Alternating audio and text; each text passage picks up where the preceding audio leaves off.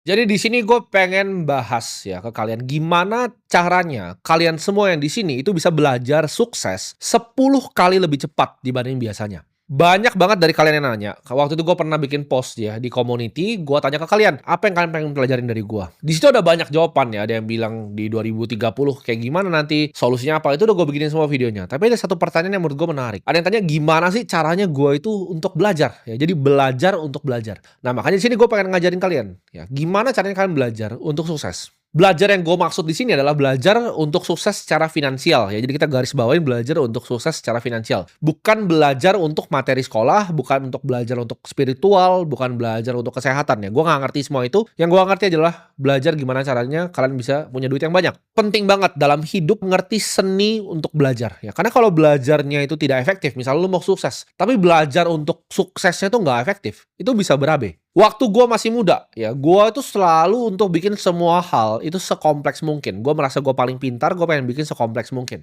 Contoh ya, dalam segi investasi aja, kalau lu tahu gue sekarang, cara ngitung portfolio gue sekarang, itu jauh lebih sederhana dibanding cara gue dulu, zaman dulu awal-awal mulai ngitung. Gue itu kalau cuman zaman dulu ya, zaman gue masih di saham, gue beli yang namanya index fund, itu gue macam-macam. Gue pakai five factor model ya, gue pakai Fama and Friends five factor model, gue factor tilt indeksnya.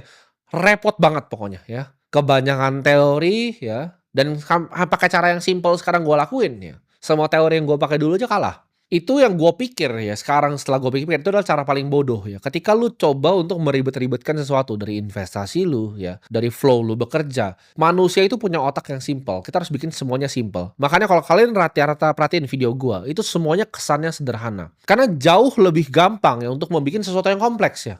Ngitung model discounted cash flow dan lain itu anak kecil juga bisa. Gue pas udah kecil udah bisa. Tapi untuk menjelaskan sesuatu yang sangat kompleks dengan bahasa yang paling sederhana, itu hanya orang yang super pintar yang bisa lakukan. Makanya kalau kalian lihat konten-konten gue, banyak yang suka ngomong, "Oh, ini dia sederhana ini untuk misalnya terlalu simpel pembahasannya." Justru itu ya, konsepnya untuk kalian bisa belajar itu harus sesuatu yang sangat simpel. Orang yang bisa digest ya, sesuatu yang sangat kompleks, dijelaskan ke kalian secara sangat yang simpel, itu yang paling sulit. Dan kalian harus bisa bikin itu sendiri, di diri kalian sendiri. Makin kompleks ya lu bikin sesuatu, makin kemungkinan kecil lu bisa eksekusinya dengan sempurna. Kalau lu mau belajar sesuatu, ini gua kasih tahu lo ya kuncinya. Kompleksitas itu adalah musuh dari eksekusi. Coba semua hal di dunia itu, lu frame sebagai satu 2 3 simple aja. Hari ini gua harus ngapain? Apa yang gua mau kerjakan? Dan targetnya apa? Lu lihat ya, McD itu desain semuanya dengan simple. Drive thru, ya kan? Lu pesen, lu bayar, lu ambil. Pesen, bayar, ambil. Selanjutnya lagi, pesen, bayar, ambil. Simple, satu 2 3. Jadi di video ini ya, gua akan bikin simple juga. Gua bikin 3